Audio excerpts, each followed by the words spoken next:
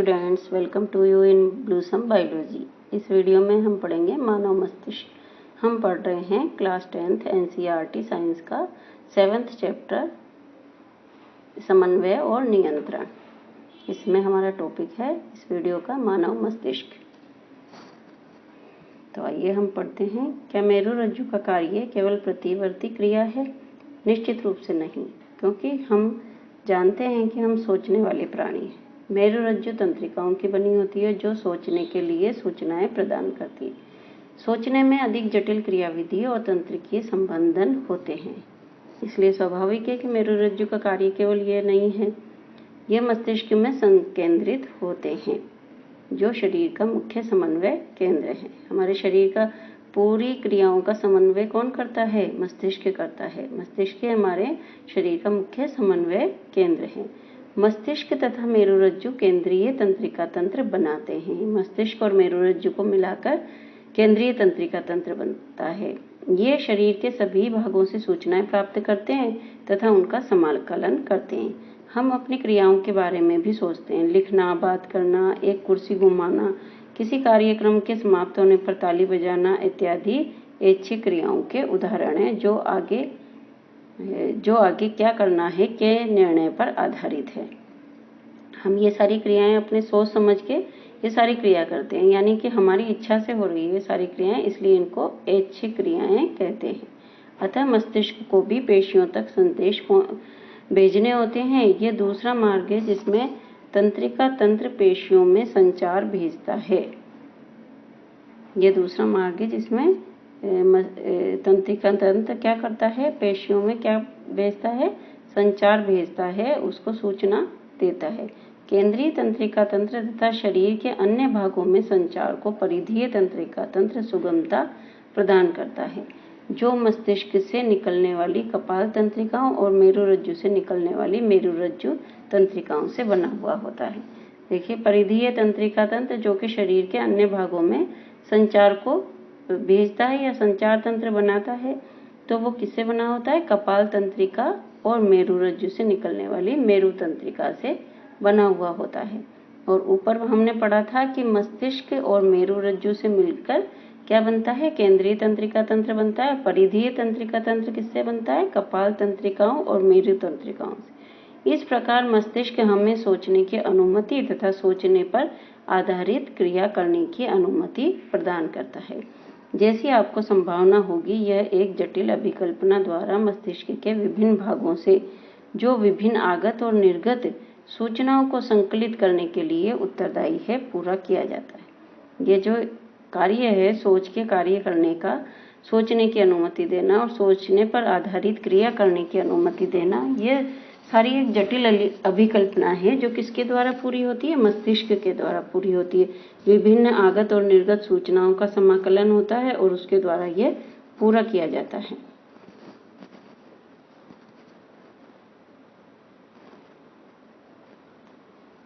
मस्तिष्क में इस तरह के 3 प्रमुख भाग या क्षेत्र होते हैं, जिनके नाम अग्र मस्तिष्क, मध्य मस्तिष्क और पश्च मस्तिष्क होते हैं।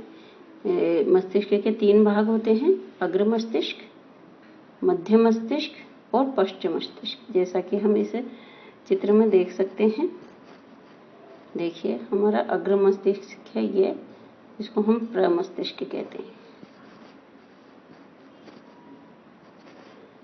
ये हमारा मध्य मस्तिष्क है और ये हमारा पश्च मस्तिष्क है। मध्य मस्तिष्क में हाइपोथैलेमस और पिट्यूटरी ग्रंथि होती है।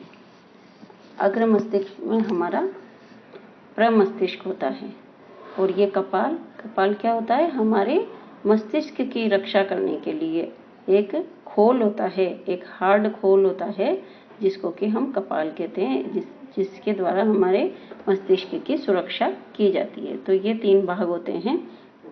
पश्चिम मस्तिष्क में पोन्स, मेडुला और अनुमस्तिष्क होते हैं। मध्य मस्तिष्क में हाइपोथैलेमस और पीयूष ग्रंथि होती है और अनुमस्तिष्क में प्रमस्तिष्क होता है। अग्र मस्तिष्क में प्रमस्तिष्क होता है। आगे पढ़ते हैं हम। मस्तिष्क का मुख्य सोचने का भाग अग्र मस्तिष्क होता है। इसमें विभिन्न ग्राही से संवेदी सूचनाएं प्राप्त करने के लिए क्षेत्र होते हैं। ग्राही तंत्रिकाएं होती है, वो संवेदनाओं को लेकर मस्तिष्क तक आती है, तो वो कहाँ आएंगी? अग्र मस्तिष्क तक संवेदनाओं को पहुंचाती है, फिर अग्र मस्तिष्क उनके अनुसार निर्देश देता है। अग्र मस्तिष्क के अलग अलग क्षेत्र जैसे सूंघने, सुनने, सूंघने, देखने आदि के लिए विशिष्टीकृत होते हैं। अग्र मस्तिष्क में कौन कौन से बिंदु होते हैं? सुनने का, सूंघने का और देखने का। इसमें सहचार्य के क्षेत्र पृथक होते हैं, जहां इन संवेदी सूचनाओं, अन्य ग्राही से प्राप्त सूचनाओं और एवं पहले से मस्तिष्क में एकत्र सूचनाओं का अर्थ लगाया जाता है।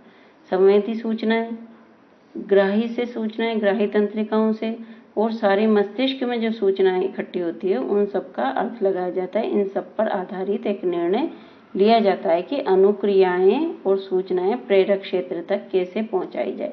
फिर उनको प्रेरक तंत्रिकाओं द्वारा पेशी तक पहुंचाई जाती है, जो ऐच्छिक पेशी की गति को, जैसे टांग की पेशियां नियंत्रित करती है। हमारी टांग की पेशियां नियंत्रित करती है, यानी कि हमको टांग को हिलाना है तो वो हमारी टांग की पेशियां नियंत्रित करती है। प्रेरक तंत्रिकाओं द्वारा वहां तक सूचनाएं पहुंचती है, हम सोचते हैं हमारे मस्तिष्क में और सूचनाएं पहुंचती है पेशियों तक, फिर उसके बाद उसमें उसके अनुसार उसमें अनुक्रिया होती है।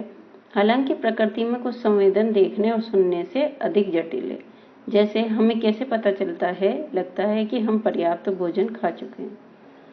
अब हमारा पेट भर जाता है तो हमें कैसे पता चलता है कि अब इससे ज़्यादा हमें नहीं खाना है, हमारा पेट पूरा भरा है। ये जानने के लिए एक भूख से संबंधित केंद्र होता है जो अग्र मस्तिष्क में होता है। तो अग्र मस्तिष्क में क्या क्या होता है? सुनने, सूंघने, देखने, भूख से संबंधित केंद्र, ये सब अग्र मस्तिष्क में होता है। मानव मस्तिष्क के नामांकित चित्र का अध्ययन कीजिए। हम देख चुके हैं कि विभिन्न भागों के विशिष्ट कार्य हैं। प्रत्येक मस्तिष्क में भी प्रत्येक भाग के अलग अलग विशिष्ट कार्य होते हैं। अपने अध्यापक से परामर्श करके प्रत्येक भाग के कार्य का पता लगाइए। हमने प्रत्येक भाग का अध्ययन किया है। आइए प्रतिवर्त शब्द का दूसरा उपयोग भी देखते हैं। जैसा कि हमने प्रारंभ में चर्चा की थी, जब हम किसी ऐसे खाद्य पदार्थ को देखते हैं जिसे हम पसंद करते हैं तो अनायास ही हमारे मुंह में पानी आ जाता है। हृदय स्पंदन के बारे में हम न सोचें तब भी यह होगा। वास्तव में इनके बारे में सोचकर या चाहकर भी आसानी से हम इन क्रियाओं पर नियंत्रण नहीं कर सकते।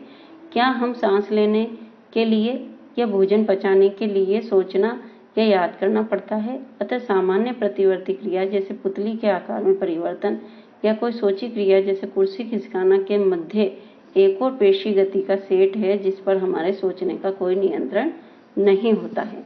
इन अनैच्छिक क्रियाओं में से कई मध्य मस्तिष्क तथा पश्चिम मस्तिष्क से नियंत्रित होती है। तो जैसे हृदय की गति, हमारी आहार नाल में जो क्रमाकुंचन गति होती है, श्वसन की गति, ये सारी चीजें हमारे कंट्रोल में नहीं होती है। हम नहीं चाहें कि हम सांस नहीं लें तो ऐसा नहीं हो सकता, वो तो हमारे सोचने पर निर्भर नहीं है। हृदय का धड़कना हमारे सोचने पर निर्भर नहीं है। तो ये सारी क्रियाएं क्या है? अनैच्छिक क्रियाएं हैं और ये हमारे मध्य मस्तिष्क और पश्चिम मस्तिष्क के द्वारा नियंत्रित होती है। ये सभी अनैच्छिक क्रियाएं जैसे रक्तदाब, लार आना और वमन पश्चिम मस्तिष्क में स्थित मेडुला द्वारा नियंत्रित होती है। पश्चिम मस्तिष्क में मेडुला होता है, उसके द्वारा नियंत्रित होती है रक्तदाब, लार और वमन यानी कि उल्टी, मन यानी उल्टी आना। ये सब किसके नियंत्रण में होता है? मेडुला के नियंत्रण में होता है। मध्य मस्तिष्क और पश्चिम मस्तिष्क में क्या अनैच्छिक क्रियाएं होती है? जैसे हृदय की धड़कन, सांस लेना, ये है मध्य मस्तिष्क में होता है। कुछ क्रियाओं जैसे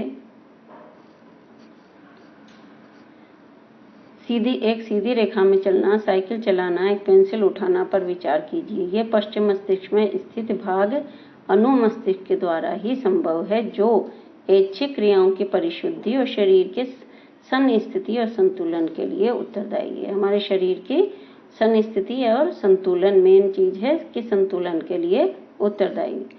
कल्पना कीजिए कि यदि हम इसके बारे में नहीं सोच रहे हैं और ये सभी घटनाएं काम करना बंद कर दे तो क्या हो।